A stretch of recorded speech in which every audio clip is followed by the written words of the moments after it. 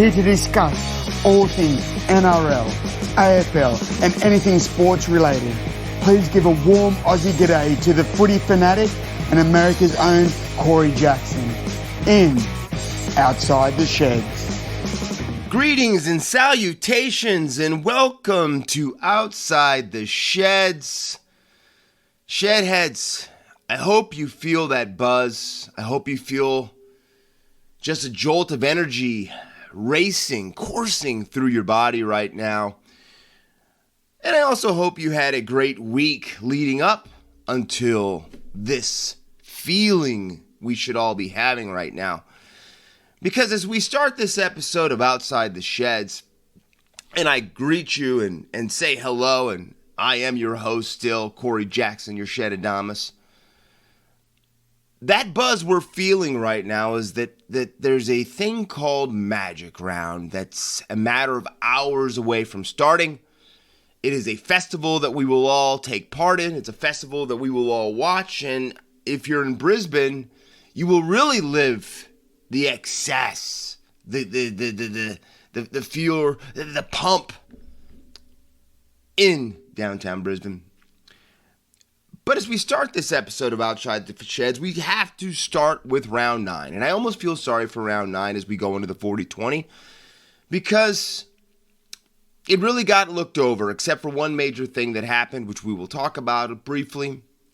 They kind of put a little bit of shade coming up to round 10 in Magic Round. But the story and the talk going into round 9 was the little general's homecoming, Adam Reynolds. And as we go into our 40-20 recap of scores, we start there because we all got to experience on Thursday night the Broncos and the Rabbitohs.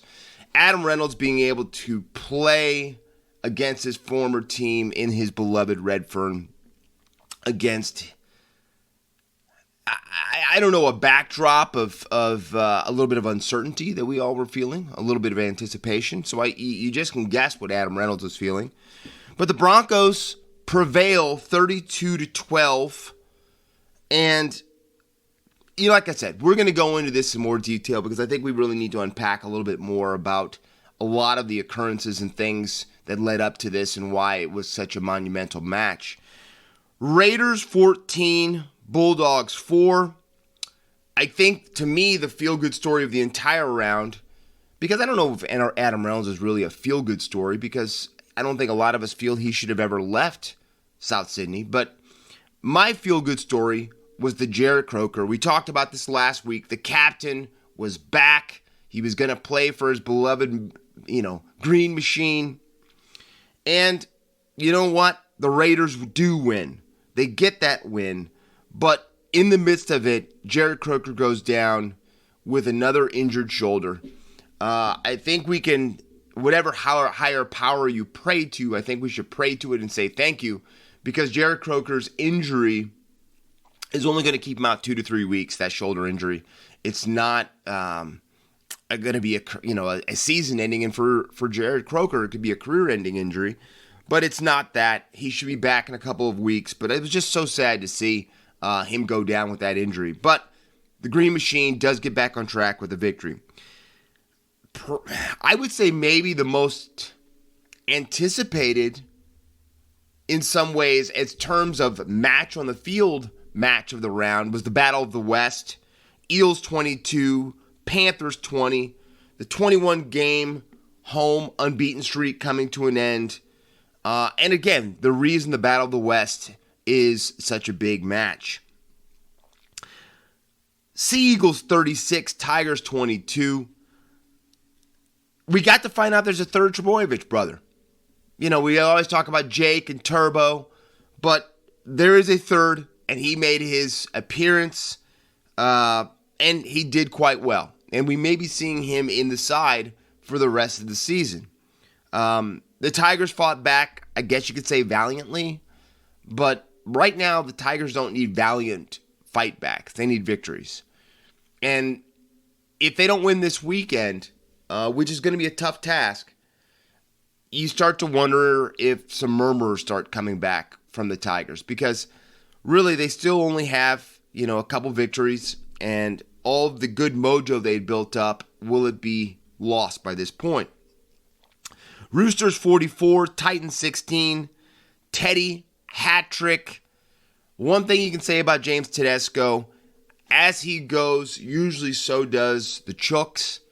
And Teddy put in, again, another one of his spectacular performances, showing why he is the Blues fullback. Cowboys 36, Knights 16. Knights show heart. They really kind of try to dig themselves out of this funk they've been in, but unfortunately in the end, 7 losses in a row. A team that at one time was top of the table is now carrying the wooden spoon and starting to get a firmer grip around it. But then you look again at the Cows, a top 3 side right now. Toddy Payton's boys looking well. And I have to say this. I know a lot of people are talking about Nico Hines possibly being the buy of the offseason. But the more I look at it, the more I'm starting to still say that it could be Chad Townsend. So that 7 of the Sharks seems like it was kind of a pivotal thing there. But, you know, Chatty just does what he does. He leads his team around the field. You know, he's not this gigantic presence or force that you would say. He's not the biggest of guys. But he just gets the best out of his club. And I'm just happy to see the Cowboys living up to the potential that I think a lot of people thought they had. Storm 42, Dragon 6. What can you say? I don't even know where to go with the Melbourne Storm. They lose Ryan Pappenhausen to an injury, which again we'll go into a little bit further detail soon. But they score again 42 points. That's 162 points the Melbourne Storm have scored in the last 3 weeks. Now, they'll be tested this week, so I'm curious to see that. And without Pappenhausen in the back, it's going to be very interesting. But, wow, just an out-of-control runaway freight train right now, the Melbourne Storm. And then, in probably maybe the most talked about after the round match of the round, Sharks 29, Warriors 10. The Sharkies beat the Warriors down a man with Bubba going out for that high tackle on Reece Walsh. I don't know. Like I said, I want to talk about this because we have to look a little bit more about, I think, where the problem is for the New Zealand Warriors. I think by every means they need to get back home, even though they've had everything set up the way they kind of wanted to at Redfern right now. Excuse me, not Redfern, Redcliffe. I apologize about that, South Sydney fans. But they need to get back to New Zealand. But there's more problems than that, Shedheads. There's a heck of a lot more problems than that. So let's get into this talk about the round and upcoming events. We know the biggest story last year in the game was Adam Reynolds, and that a lot of people felt that South Sydney was taking advantage of probably maybe the most important bunny on the field. Some people might say Cody Walker. Some people might say Latrell. But I still say the conductor of that team is Adam Reynolds. And when South Sydney only offered Adam Reynolds a 1-year deal, the writing was on the wall. Because Adam Reynolds wanted security for his family. He didn't want to be playing year to year, on contracts. He wanted definitives. He wanted numbers. And he wanted security for his family. And he deserved that. I really do feel he deserved that and does deserve that. So the move to Brisbane takes place. He goes up. Kevy brings in his halfback that he's been looking for. And we were all looking forward to round 1. We were all looking forward to that first meeting when South Sydney went up to Brisbane. Unfortunately, Adam Reynolds, like a lot of people around this world, could not show up for that game. For reasons that we all know, a little bit of the COVE. But again, we all had that there was an undertone, this undercurrent of this matchup. And the Broncos found a way to triumph and to win that match. All good, right? Well, this was the Redfern homecoming. This was Adam Reynolds coming back to his stomping grounds and showing, I think, personally, why the attack of South Sydney has been nowhere close to, I think, what a lot of people anticipated it to be. Yes, Latrell is out, and that's a huge, huge loss. But Cody Walker has been nowhere close to the player that a lot of people were expecting. Cody Walker's not young. He's 30, in the rugby league world in terms of young. He's 32 years of age. And he just is off. A lot of people think that it's because of the Wayne Bennett leaving and the feeling that Wayne Bennett put through a lot of his senior players. But the direction of the attack has been nowhere close to what it was last year. And this all stems from Adam Reynolds not being in the side. Well, I think we got what we were expecting. Adam Reynolds showed out. He showed why and what what South Sydney was missing. He scores a try. He scores 16 of Brisbane's 32 points in the victory. And he leads Brisbane to the first double, meaning 2 victories over South Sydney in a season since 2018. And I think the sky is the limit for the Brisbane Broncos. I really, really do. I think that Adam Reynolds has shown that he has got these guys back on track. Kevy's getting that defensive staunchness that he's been looking for the Brisbane Broncos. But this is, to me, all the little general. This is all Adam Reynolds, because you can see as one team continues to thrive, one team is really taking water on quickly, which is South Sydney. And I really don't know.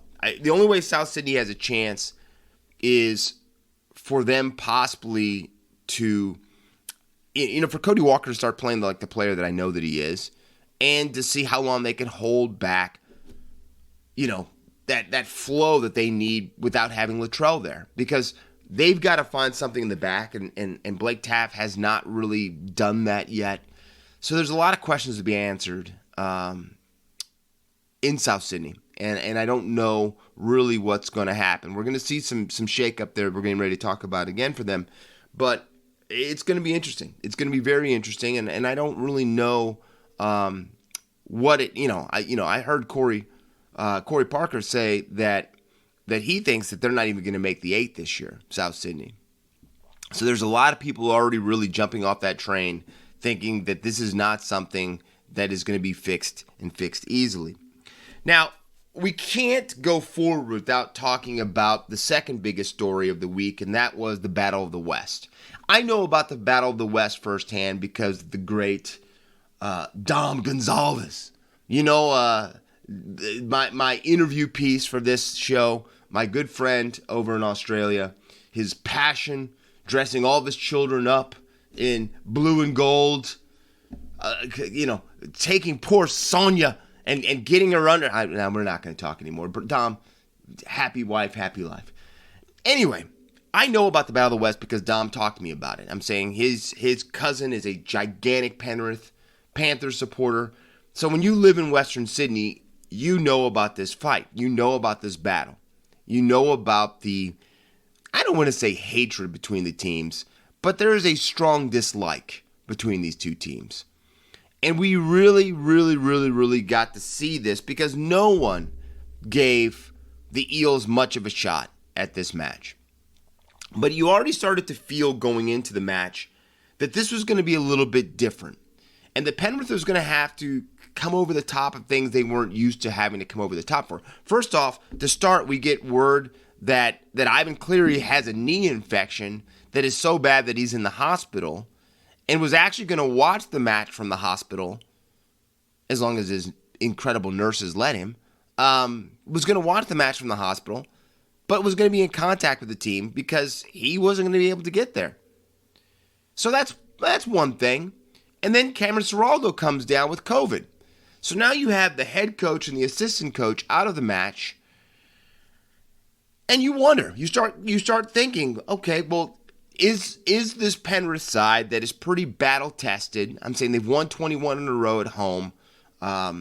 This is their backyard, sold-out crowd. Would they feed off the emotion and just ride over the top of the Eels? And then you had Brian Tao returning and Moses Leota also coming back into the side. And really, Penrith started off really, really well. They scored the first try of the game, and I don't want to say they look like they were on cruise control, but anytime I see Nathan Cleary miss a kick after try, you kind of get a little concerned. You just kind of wonder if everybody's on the same page, because the guy is that money with his kicking game. Okay, well, they still are doing well, going to half up 14-10, looking strong into the second half up 14-10. And then all of a sudden, a game that looks like that you kind of just get this feeling that Penrith is just going to, they're going to get a break, they're going to get that try, get some more separation, and then just take it home. Doesn't happen. Reed Monty gets awarded a penalty try, which I by every means agreed with. And it was pretty darn insane, because after that point, the Eels just got a belief. Gutho just kind of took over this team and did a beautiful assist to Ryan Madison, and he scores. And all of a sudden you're looking at this and going, whoa, what is happening here? And I will tell you, the Eels showed you why a lot of people have said that they're going to be a top 4 side, why a lot of people think that they're going to be one of the sides that are going to be there in the end playing for trophies at the end of the season. And, can we really say they won't? The problem with Parramatta is we don't know which Parramatta side we're going to see week in and week out. They're blowing teams kind of out of the water to start the season. They lose to the West Tigers. They don't sometimes make smart decisions. Well, one thing we do know is that Dylan Brown needs to be in the 6 from this point forward. There's no reason, unless he's injured, to think about moving that guy to any other position. All right, he's a special player. We're seeing the best Mitchell Moses that we've maybe ever seen in the standpoint of his confidence in his kicking game. And then I still say this team goes off of King Gutho, the gyrating captain for the blue and gold. And, there's not much more you can really say about it, because I don't think anybody's losing confidence in Penrith in what they're going to bring to this season at the end. But I think we really, really see that the Parramatta Eels are for real, and if they play up to their potential, they are a threat to win it all. So really, really exciting game, really interesting game. And again, I know we were all wanting the Penny Panthers to come over the top of this game to set up a just barn-storming match for Magic Round. We're maybe not going to get that, but we're still going to get a great match. We're just not going to get two teams that are coming in off of victories. Now, I want to address something. We talked a couple weeks ago about Sean Johnson when we were comparing him to DC, Daly Cherry Evans. And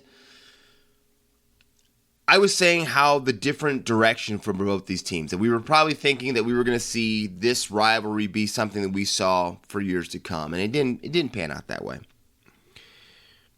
But what we saw this weekend in the Sharks and Warriors match, again, to me, puts a major red flag up about Sean Johnson. And I know Magic Johnson, as brave and nasty as to say, Magic Johnson, he has had some incredible moments in the world of rugby league. But he's a shell of the player that he was. I'm saying one of the strengths of Sean Johnson was always his ability to attack the line and his incredible stepping and getting free, throwing passes. He's never been known as a Cooper Cronk, as a field general that was setting up the game from kicking and chasing, even though he doesn't have a horrible kicking game by any means, but smart play, conducting play. Now, we could say that he's coming off of an injury and still, trying to feel his body out to an extent to find out, what he can do and what he can't do. But I think Sean Johnson is far enough along now in his career, one, and in two, feeling how his body's going to react to contact and all that. And I don't know if he's playing scared, I don't know if he's worried about another injury costing him a season, but I just know that this is not the Sean Johnson that was the Golden Boot winner. And unfortunately for the Warriors, if they really are going to take that next step and try to play finals footy, he's got to become at least half of that player that he was before. And that, to me, that red flag showed so much with that match against the Cronulla Sharks. The Sharks go down after Bubba does the high tackle on Reece Walsh. And, and the Sharks are down to 12 men. And then at one point they get down to 11 because of another penalty. And when I watched the game, only one team out on that field was playing unsettled, with no direction. I'm saying Nico Hines left the half-pack position and switched back to fullback with Bubba being thrown out of the game. And he still looked like the seasoned veteran out there compared to Sean Johnson. I'm saying he led from the front. A guy who has played, let's say, a full year of footy, because, he was always filling in for Pappenhausen, but starting. And he looked like the guy that was cool and calm under pressure, that was ready to attack the line and attack for the side, and we got nothing. And the Warriors didn't just lose the game, but kind of lost embarrassingly to the Sharks in this match. It is the first time in 15 years that a team has won a match when a player has been ejected, thrown out in the first half. One time. That's happened before in 15 years. And I don't know what to even really say. It's because the thing about rugby league is you have to play the mismatches, right? So you get the team chasing and you throw the ball around and you get the mismatch that you're looking for to go over the top. And they had no direction in that case. And that falls on Sean Johnson's shoulders. And no matter how much of a fan I am of Sean Johnson, the player, and the new dad and all of that, he has to play better. He has to play better. And if it wasn't for a couple, late field goals that he kicked, where would the Warriors season truthfully be? If Matt Lodge doesn't, my chin, take that dive, recently, they lose that match too. And, the Warriors would really be in a world of hurt. So I don't like to talk bad if I can help it about players, but I do owe you shedheads true talk. I promised you true talk. And Sean Johnson, I don't know if he has it in him still, but he has to lift his game to be a better player if the Warriors are going to do anything this season. Now, I talked to you earlier about the buzz, shedheads. I talked to you about how excited I am. And that is Magic Round. That's what you're feeling right there. That buzz that I was talking to you about is Magic Round. Now, I want to tell you why Magic Round is so cool. Because I have been to the Auckland Nines one time. It was one of the coolest experiences I've ever had. Me and Mrs. Shedadamas were over there, kind of on our honeymoon. And I will tell you that it was an atmosphere of a party, right? It was at Mount Smart Stadium, and it was cool. We got to walk through the city to get there. People were dressed in costumes and outfits, and they had a meet and greet with people. With the players. So you got to meet a lot of your favorite players, and so it was just a really cool thing, right? And that was in Auckland. And let's understand something. New Zealand, no matter how much people love the Warriors, is still All Blacks country, right? It is All Blacks country. And even though the Warriors get their tiny little chunk of adoration in the country, it is still All Blacks country. It is what New Zealand is known for, the Kiwi and the All Black. That's it. And incredible people. I'm not saying that's all, but I'm saying that is when everyone around the world knows the Silver Fern. They know the All Blacks. So now take that type of event that I just kind of drew out for you and put that in rugby league rabbit area. And that is Brisbane. And that is why Magic Round being in Brisbane just feels right. I know that they've just won. I guess it's become a bidding war. They've won Magic Round for next year as well. And I think it couldn't be in a better place, personally. If the grand final is going to be in Sydney, I think Magic Round should be in Brisbane. It doesn't sound like that's how it's going to stay, because it sounds like this is going to turn into a bidding war where cities are going to want to see if they can get Magic Round there. But I think you have to put special rounds like that in special places. And Queenslanders feel that rugby league is their game. They believe that the Maroons are the true team for rugby league, state of origin. And they just have this incredible passion for the game. And it shows. So I can't even fathom what this is going to be like, this round. We've watched it before. We've watched it grow even more. So it's a magic round. It's a magic round. And to me, the key highlight of Magic Round will be the Panthers against the Storm Saturday night at Suncorp Stadium.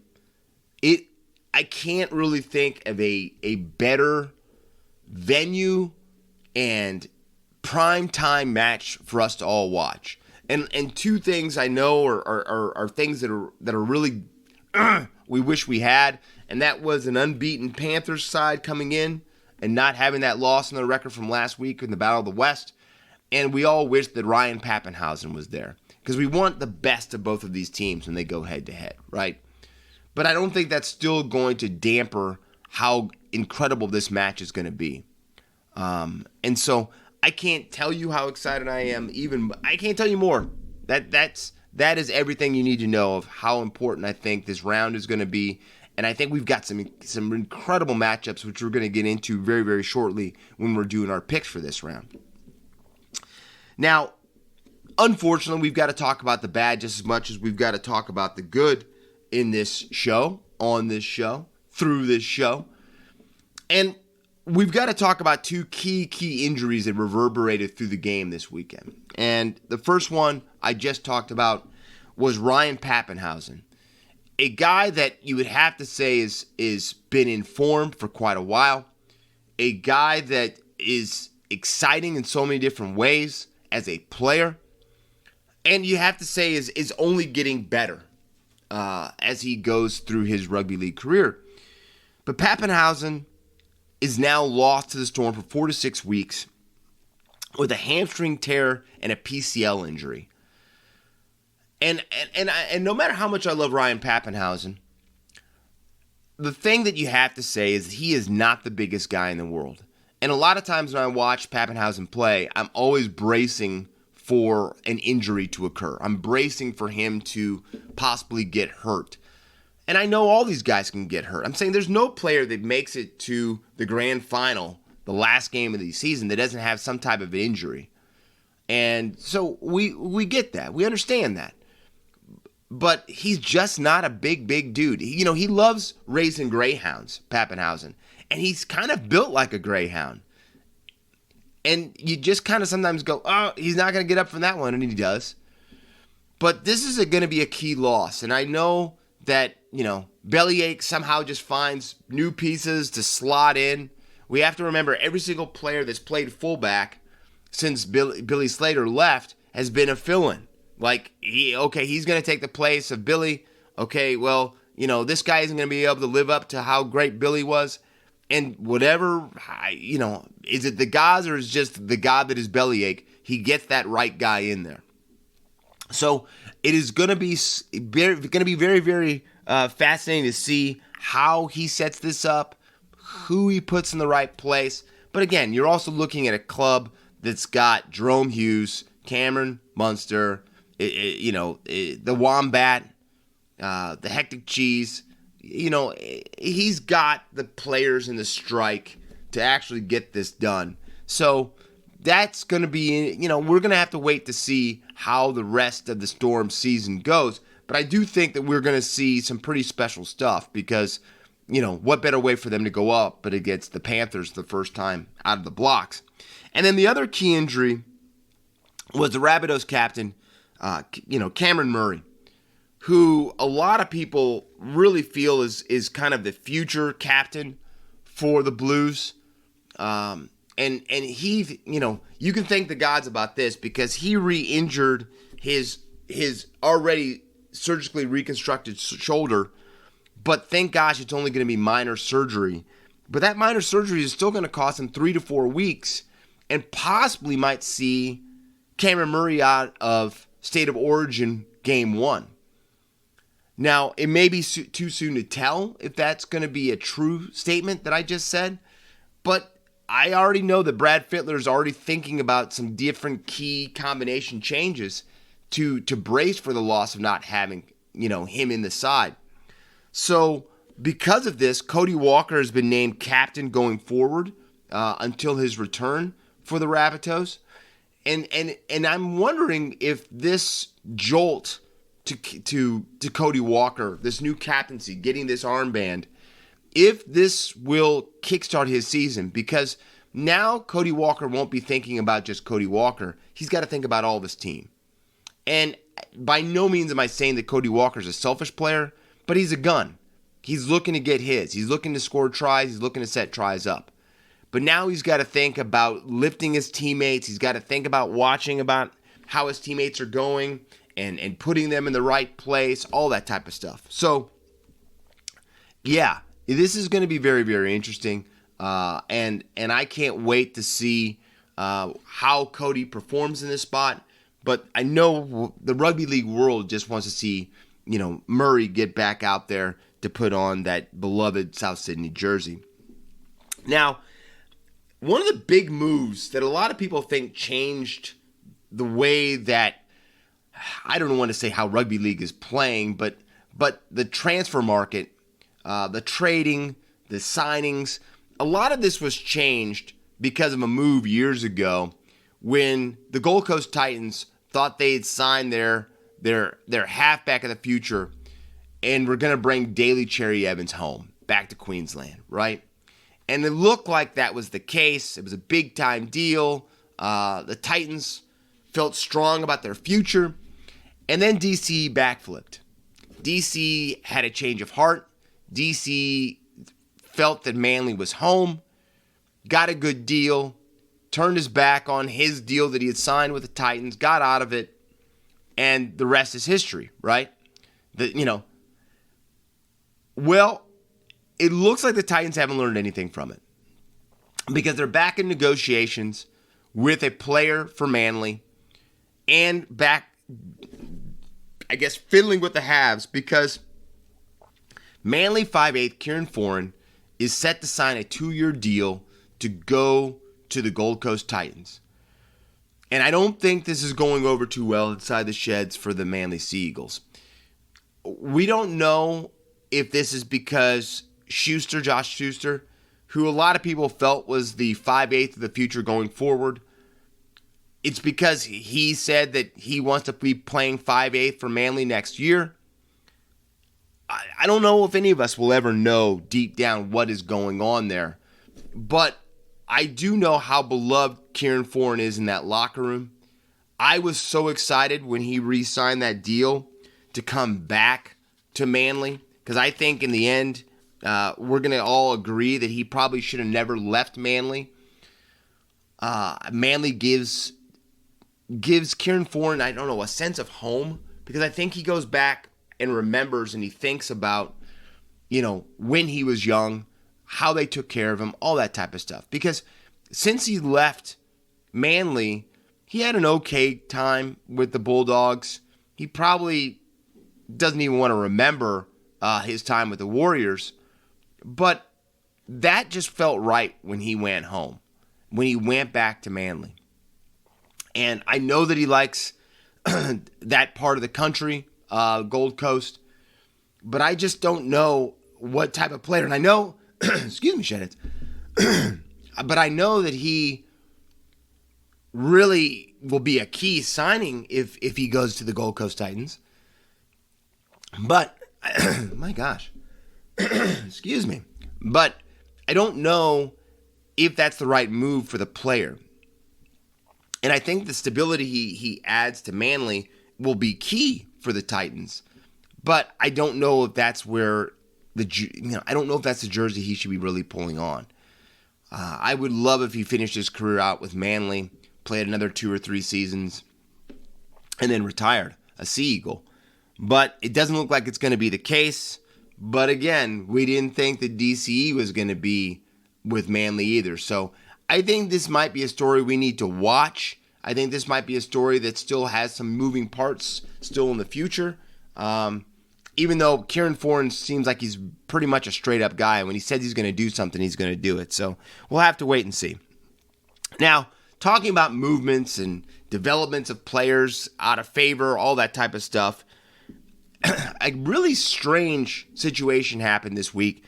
But due to his inability to find the field, Cody Nicorima has been granted an immediate release from the New Zealand Warriors to join South Sydney. And I got wind that he had asked for a release, but I didn't, I guess, see the small print that said that he was already linking with South Sydney. But that's the case. And Cody Nicorima may actually even be in the side this week because of a possible injury to Taft in the fullback position. He might be playing fullback for South Sydney for Magic Round. Now, he signed with South Sydney for the remainder of the 2022 season, and he has a player option for 2023. So this doesn't look like this could be a one-off if Cody Nicorima, catches fire and plays like I've seen him play before. But I kind of look at the situation, and I just want Cody Nicorima to find a home at a team that really uses him the best way possible, because he always seems like he's the talk of being that player that's going to be that future, and then all of a sudden when it looks like it's going to be his time, it doesn't pan out that way. So I will be watching that South Sydney match for sure to see if he adds a little bit more attack from the fullback position for South Sydney, which I think he has very much the ability to do. Now, also in the world of signings and player movement, a player that I have always really enjoyed watching, Jack Bird, yes, that Bird that I just mentioned earlier, he's kind of been in limbo to an extent, in purgatory, where he didn't know where his playing career was going to take him next. If he was going to stay with the Red V, if he was going to have to be looking other places. But that has been put to rest because it looks like Jack Bird is getting ready to get a 3-year extension to stay with the Red V that will keep him at the club until the end of the 2025 season. I think this is incredible news for Jack. I truthfully don't think he wanted to leave St. George, and so now he doesn't have to. And I really do think after the injuries that Jack Bird has had recently, that he is still just kind of rounding back into form and rounding back into the player that we watched win a premiership and a championship with the Sharks back in 2016. So congratulations to Jack Bird to finally, because I know how players, when they don't know what their future is going to be or where it's going to be at, it weighs on them. So I'm expecting Jack Bird, as soon as he fully heals up, for as much as he's going to fully heal up till the end of the season, to really have some really striking form going forward. And I hope he has a great remainder of the 2022 season. Now, I'm done. I'm done with the talk of 40-20 stories. I want to get into Magic Round picks.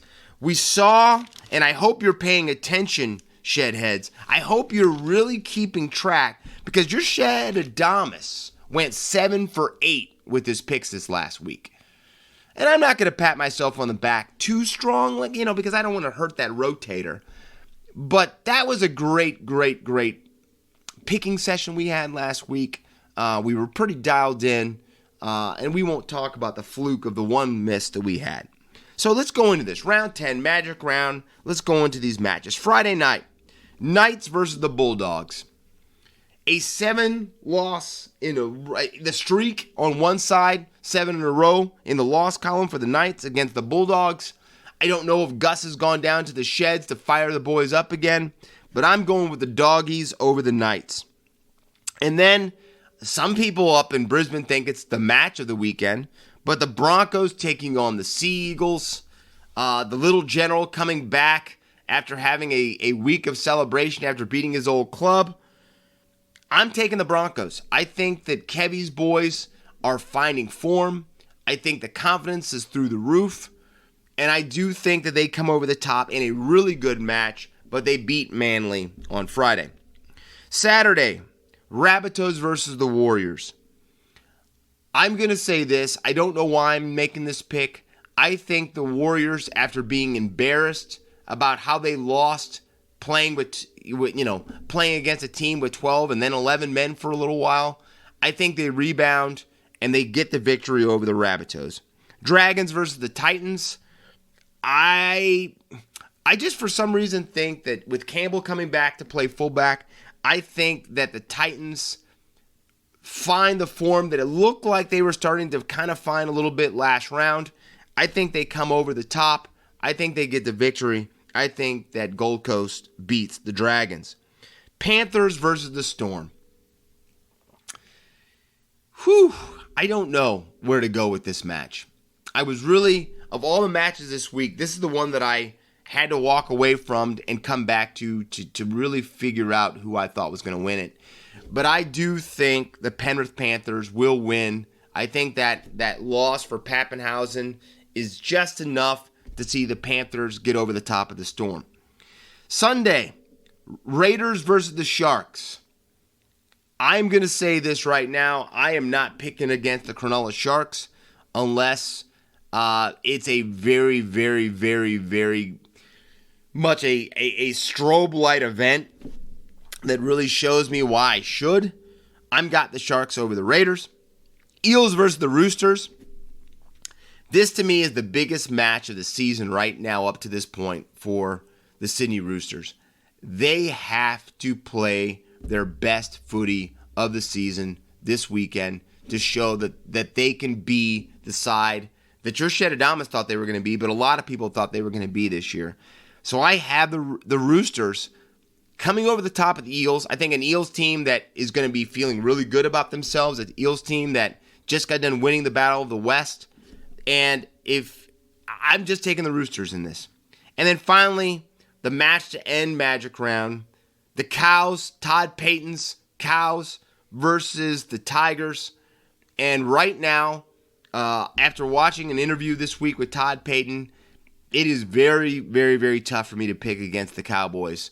They've got a tough stretch coming up here where we're going to really see what this team is going to be by the end of the season.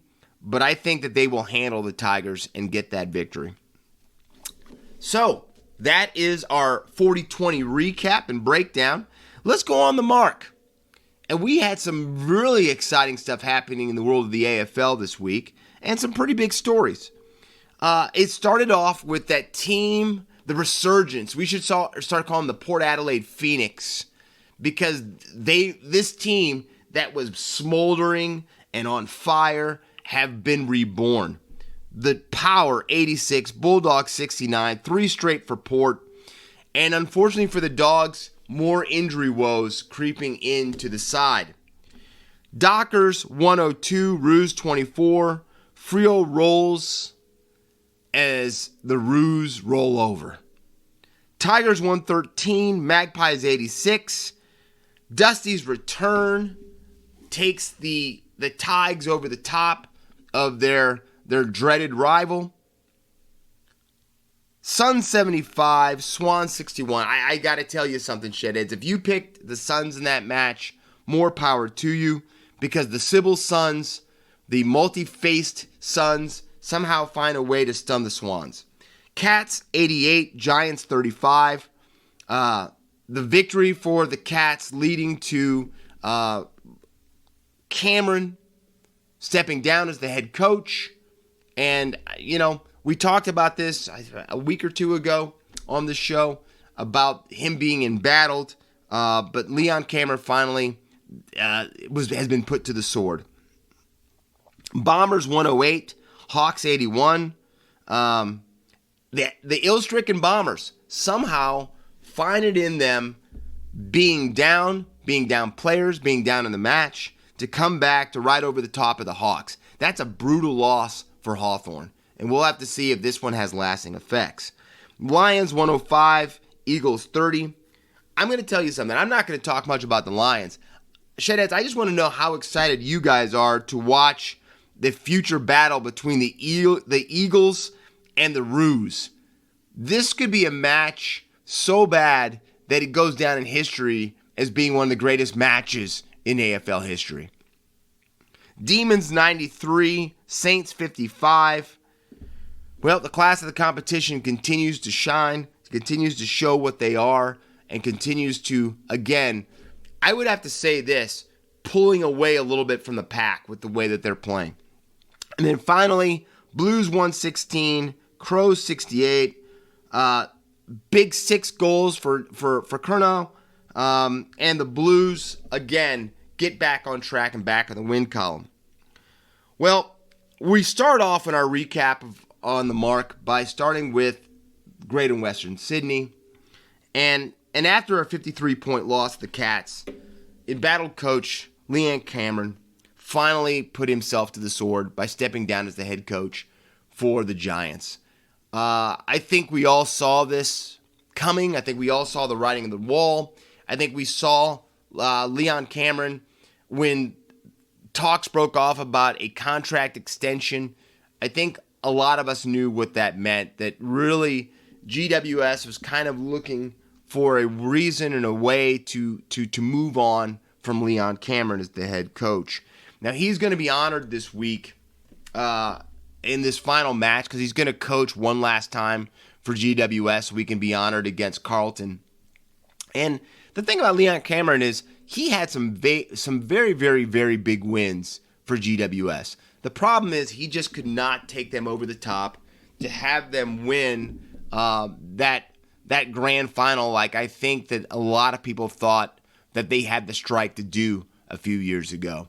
But that still doesn't change the fact that he did get that team and that young team to gel together and to actually play some really good footy under his watch. Now, from this point forward, after this weekend, their assistant coach and former Bomber Mark McVeigh is going to take over as the head coach for the rest of the season. And then again, you start wondering who will be the new skipper next year for GWS.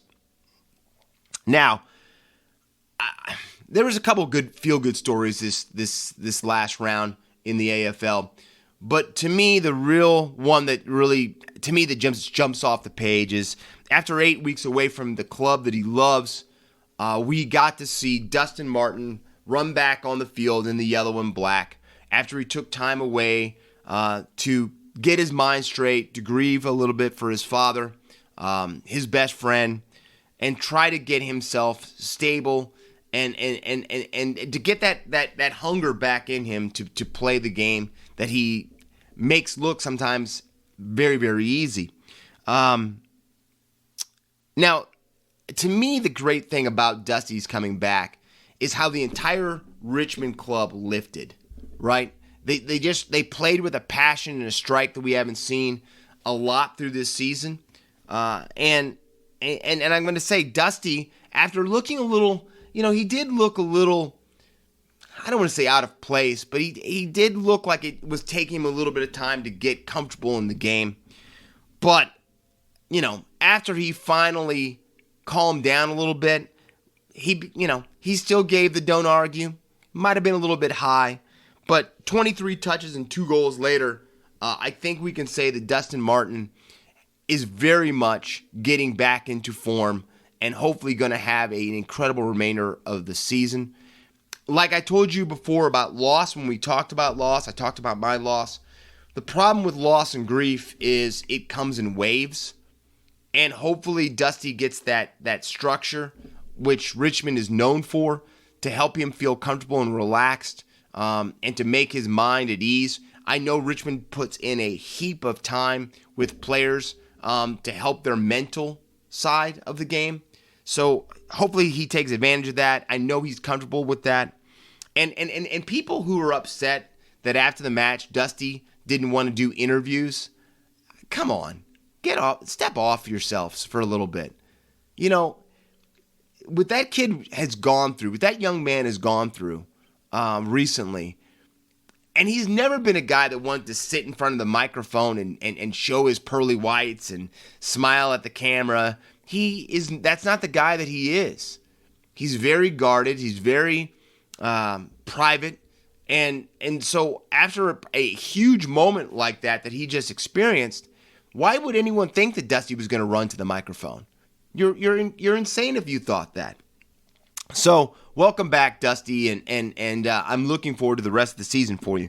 Now, even though Dusty did get the major headlines for Richmond, to me it's Tom Lynch's resurgence, which has got the Tigers looking like they could be a team once they all come together and gel and get everybody back. Are my team that I picked to go all the way this year. And Tom Lynch is that player. Tom Lynch, his resurgence that he's had this season has been, to say remarkable is an understatement. He kicked another 6 goals in this match against the Pies, and he took over the lead from Tom Hawkins in the Coleman medal race. This is the player that Richmond thought they got a couple seasons ago in Tom Lynch. This is what they thought he was going to be. I don't think anybody thought it was going to take the amount of time that it did for him to get there. But, Shedheads, I'm going to tell you something. Tom Lynch is there now. And with that big man up front and with the rest of the guys that team has that can just buzz around the field, Richmond looks dangerous. And at 4-4, Richmond is back in the 8. And they're not going to stay at 8. That's all I have to say there. Now, to me, the other feel-good story was we got to celebrate this weekend Sam Powell-Pepper's 100th game for the Port Adelaide Power.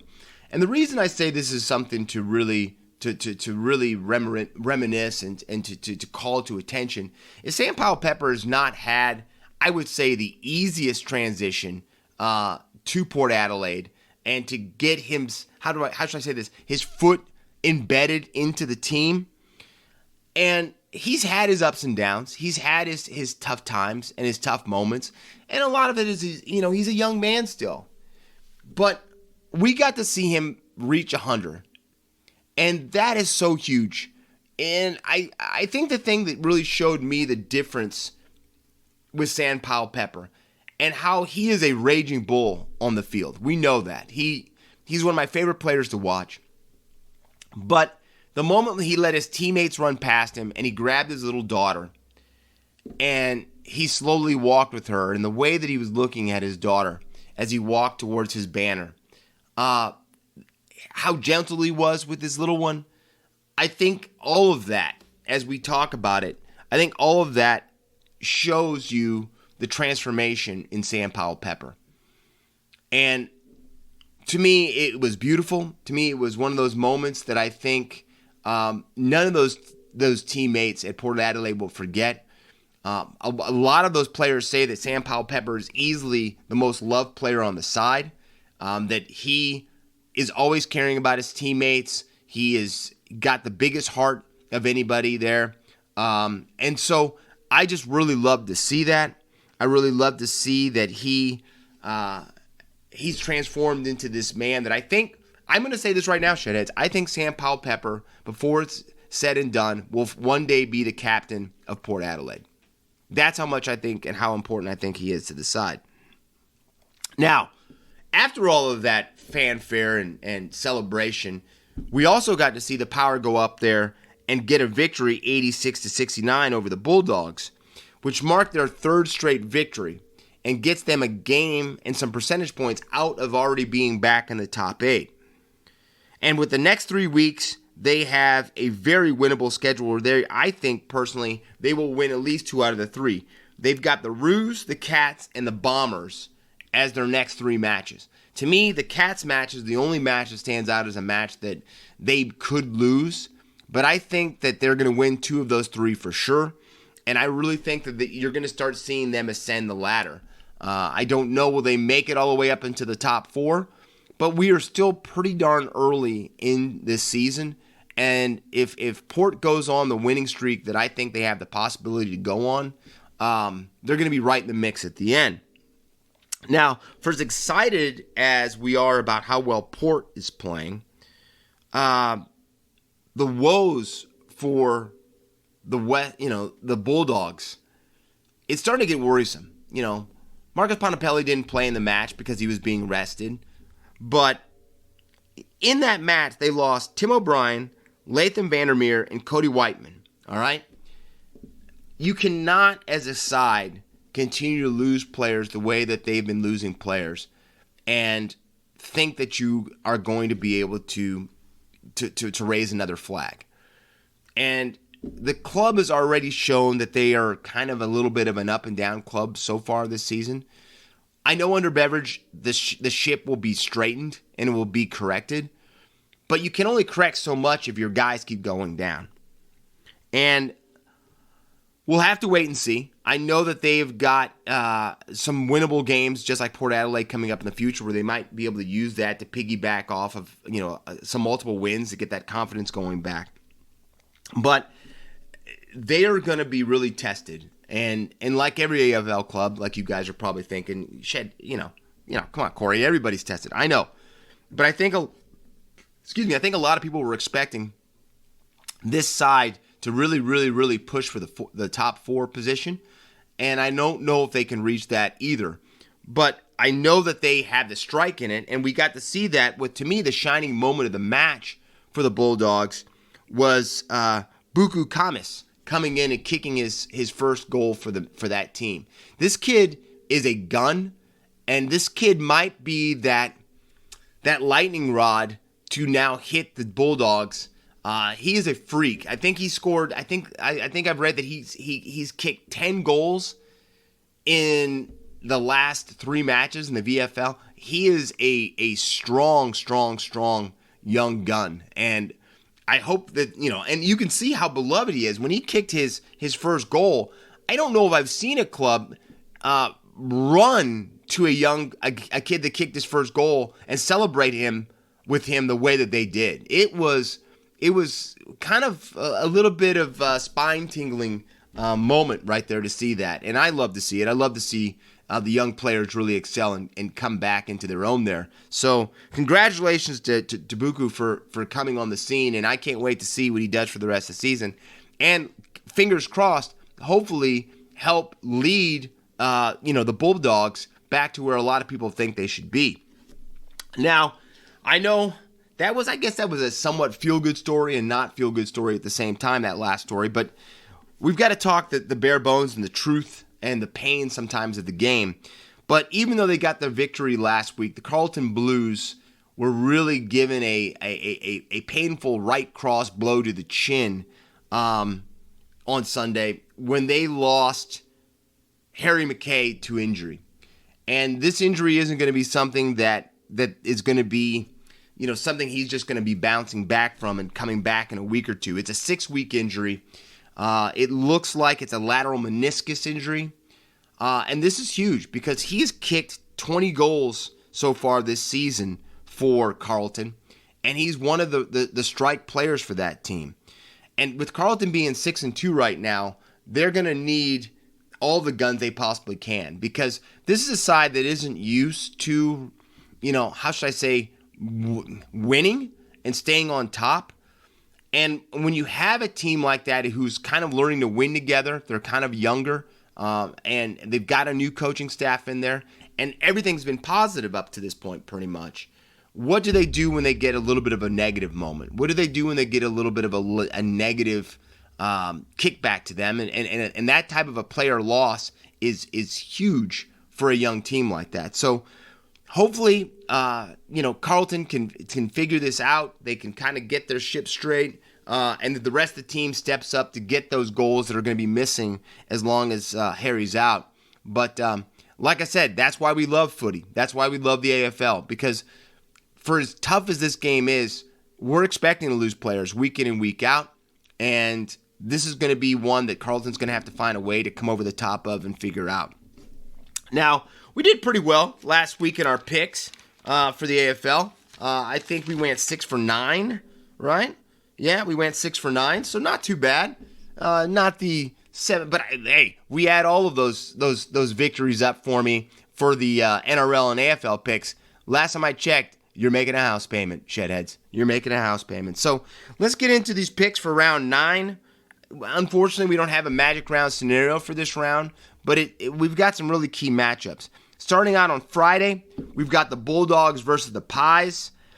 I know with the losses of some of these players, it looks like this should pin and point towards the Pies, but I'm taking the Dogs. I'm taking Beverages boys to get the victory. Tigers versus the Hawks. There's no way I'm picking against Richmond right now. I think that the energy that this club is going to feel with the return of Dusty, I think they're just going to do some magical things for a while. So I've got Richmond over the Hawks. Power over the Roos. I'm wondering if I should even mention the Roos and the Eagles games. Maybe because no one's going to let you bet on those games because no one's expecting those two teams to be able to do anything. But easily, I'm taking the Power. Saturday, Cats versus the Saints. I think the Cats are a lethal team, and I do not think they have a letdown with the Saints. Bombers versus the Swans. This is something I've got to say right now. The Swans better get their act together because they've lost a couple matches I didn't think they were going to lose, and they better put the Bombers to the sword because if not, some of these people have started to point out some of the deficiencies in the Swans, and hopefully they fix that up because if not, we may be seeing a team that we thought was going to do some impressive things really start to slide. Lions versus the Crows. I'm taking the Lions. I think the Lions have a strong chance to raise a flag this year, and I don't think they will by any means slow down against Adelaide. Dockers versus the Suns. Like I said, do we ever know which Sybil Suns team is going to show up? I know I don't, but I'm going to take the Dockers over the Suns. Sunday, Blues versus the Giants. We're going to go with the Blues over the GWS. I think the influx, the change of Leon Cameron, I think the Blues find a way to beat the Giants. And then finally, the porcelain god in the room, the statue everyone wants to look at, the Melbourne Demons versus the Eagles. Again, should we even be picking this game? Now, people in Vegas would say you should take the Eagles in this match because by every means it looks like this should be a runaway victory, but I'm not doing it. I'm staying with the D's. Now, the Guns, I got to tell you, it was really tough because we had a lot of players who really lifted their games to pretty high levels, but I'm going to take my number one gun as Charlie Curnow. 6 goals, 3 behinds, 21 disposals, 20 kicks, 1 handball, 10 marks, 2 tackles, 609 meters gained. A really impressive match for Charlie in leading his club. I don't do this often, but we usually don't have Guns on here for back-to-back weeks. But I don't think you cannot have Tom Lynch on here. He took over the lead in the scoring race for goals over Hawkins. And again, he kicked another 6 goals. But Tom Lynch, 6 goals, 1 behind, 25 disposals, 19 kicks, 6 handballs, 11 marks, 426 meters gained. Tom Lynch, again, Richmond, yellow and black. I hope that you can. I hope you're getting pains in your cheeks from smiling right now because Tom Lynch is rounding into the player you thought you got a couple years ago. And then finally, James Tedesco, 3 tries, 226 running meters, 2 line breaks, 1 line break assist, 10 tackle breaks, and 4 tackles made. Again, we know that Teddy, as Teddy goes, is how the Roosters flows. I don't know. I just made that up on the fly right there, Shedheads. But we know James Tedesco is the heartbeat of that club. And he again showed what he is this weekend by getting them back on track. So congratulations to the Guns. Can't wait to see what you guys do this week. Now, as we go outside the bubble, I want to start off with a story that really kind of got me angry. And your Shedadamas, he doesn't get angry. Okay, he gets angry, but not often, but he burns a little hot occasionally.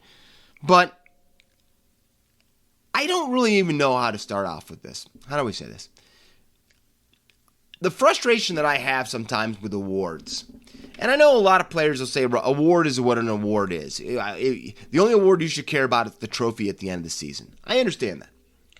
But to me, an MVP award is an award that you get when you're special, when you have had a special season, and when you are by far the best player in the league. And the NBA sometimes just, I don't know what they're doing half the time. I don't know what a lot of leagues are doing, the NFL especially. But we're not talking about those idiots right now. But the NBA sometimes just misses it. And they just miss it. Like, they've got a kick right out in front of the post, and they somehow shank that thing about 40 yards to the left. Because somehow the NBA has named Nikola Jokic the MVP over Joel Embiid. And I couldn't believe it. I was shocked a little bit, but then at the same time, I'm not. Because in the way the world is going right now, if anything shocks you, you're kind of an idiot. All right? Nothing should shock you anymore. Nothing. Nothing whatsoever should shock you. Okay, maybe if little green men show up on your Capitol building, that's a little bit shocking. But besides that, nothing else should shock you. Nothing. All right? But I was shocked. Okay, little green man, it was. Because to me, Joel Embiid has, from day one this season, been the best player in the NBA, in my eyes. Also, he hasn't had the tools. I'm saying, he was supposed to have his right-hand man, Ben Simmons. Ben Simmons doesn't play one game this year for anybody. Sorry, Brooklyn. But Joel Embiid did things this season. Let's just go over this really quick. He averaged 30.6 points per game, won the scoring title, making him the first international player to ever do so, and the first center to do that in 20 years. He also averaged 11.7 rebounds and 4.2 assists a game. And I want to say something now, because the voting didn't just happen 6 months ago, 6 weeks ago, 13 days ago. So what these people that vote for this award got to see is that Joel Embiid has his team in the second round. And he doesn't have the James Harden that Daryl Morey, who loves to hug James Harden more than anybody likes to hug anybody. But they send Ben Simmons to Brooklyn. They get this shell of a player that used to be the Beard. And so again, Joel Embiid does not get the help that he was thinking he was going to get. He doesn't get that Batman and Robin 1-2 punch. And what does the guy do? He gets his team into the second round of the playoffs. Then he gets a bone busted in his face, an orbital bone cracked. A lot of players are like, I'm done, deuces, I'm out for the rest of the season. He comes back with his black Michael Myers mask. And in Philadelphia 76ers club that was 0-2 against the Miami Heat, the moment he takes the floor, they win 2 in a row to get the series tied, heading back to Miami. Like I said, and then when you look on the other end, you look at Jokic. And I'm not saying Nikola's not a good player, because he is a good player. But last time I checked, he's not even in the playoffs anymore. He's not. So to me, an MVP is a guy that gets his team in the best possible place and gets them farther along. And if you even look in the standings, I'm saying it baffles me. The performance that Joel Embiid had in Game 5, he is one of these new athletes, okay? These aren't the Bill Lambiers, Charles Barkley, Shaq O'Neals, Rick Tockett's in the NHL. These aren't the same players that a lot of us grew up watching, that if you did something to them, they would never forget it, and they were going to get you, right? They were going to get you. That's just not what we have anymore. These are just not these guys. This is not what they do. They are very emotional. They care about how many likes they have on pictures. They care about how many people, quote unquote, are subscribers, fans, whatever you want to say in social media world. That's what they are. And when something goes wrong for them, a lot of them carry that weight for them. But the thing that disgusted me the most about that game against Miami was that his teammates didn't pick him up. His teammates played with that same kind of aloofness and out-of-character play that he played with. And so I think, again, that shows you how important Joel Embiid is to that team. They thrive off of his battery. And if his battery is low or if his battery is unplugged, they play that way. And to me, there's nothing more that you need to say about who an MVP should be. It's not even, it's insane. It's insane. NBA, you got it wrong. Joel, you are my MVP.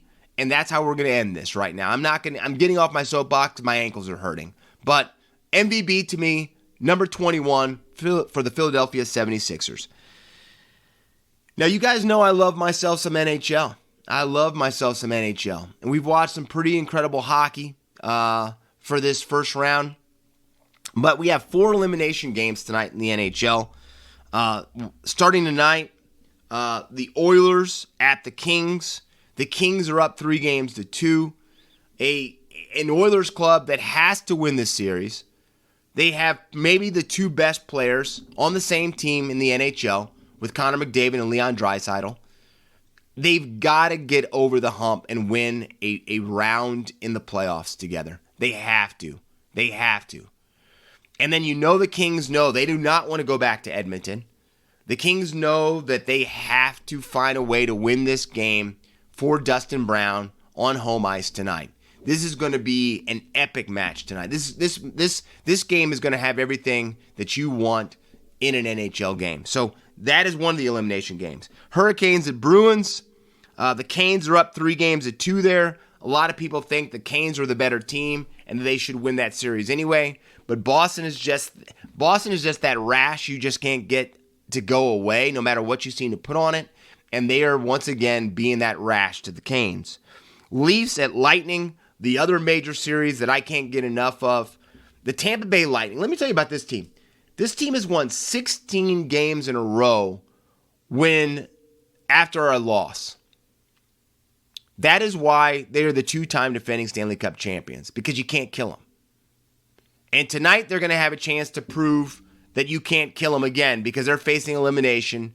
The Toronto Maple Leafs, trying to get rid of that moniker of the Toronto Maple Loafs, have a chance to knock out the defending champions on the Lightning's home ice. Going to be a barn-burning match. I'm saying you get a back-to-back tonight. You get the Leafs and the Lightning, followed by the Oilers and Kings. Outstanding hockey. And then finally, the Wild at the Blues. The series a lot of people aren't talking about, which is to me a little crazy because the Blues just won the Cup 3 years ago. But the Blues are up 3-2 in the series. The Blues, to me, probably are the more sound team, but I, for some reason, think this series is going to go 7. So, incredible hockey tonight, Shedheads. I don't know if you guys are really into the puck, but if you like physical sports, you're missing it because I still say the Stanley Cup playoffs is the best playoffs in all of sport. And then finally, we've got 2 elimination games tonight in the NBA, kicking off with my MVP, number 21, Joel Embiid, down 3-2 to the Miami Heat, but going back to Philly.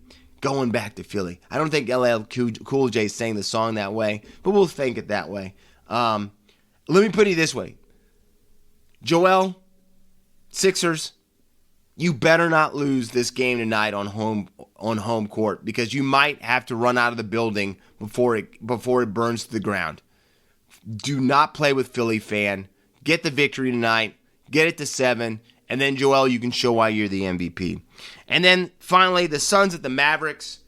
Unfortunately, the Suns are going back to Dallas after a pretty despicable display of fans, where fans, I shouldn't say fans, but a fan who did not have any type of supervision from his parental figure got thrown out of the game for messing with Chris Paul's family and touching Chris Paul's family. I think this game tonight, I think the Suns put the Mavericks away. I think the Suns are out and have a point to prove. And I would expect Chris Paul to have a big, big game tonight. So, 2 big games. If you love sports, wow. What can you say? You've got 6 elimination games in 2 different sports, following that up with dessert of the beginning of Magic Round. It does not get better than that, Shedheads. And I hope. Wait a second. Was that the High Ho song? Anyway, I hope you guys are able to take this in because this is going to be a monumental day in sport. I hope you love them. I know I do. But that is it for me, Shedheads. I am signing off. This has been a great episode. I've enjoyed it. Hope you guys have a great remaining part of your week.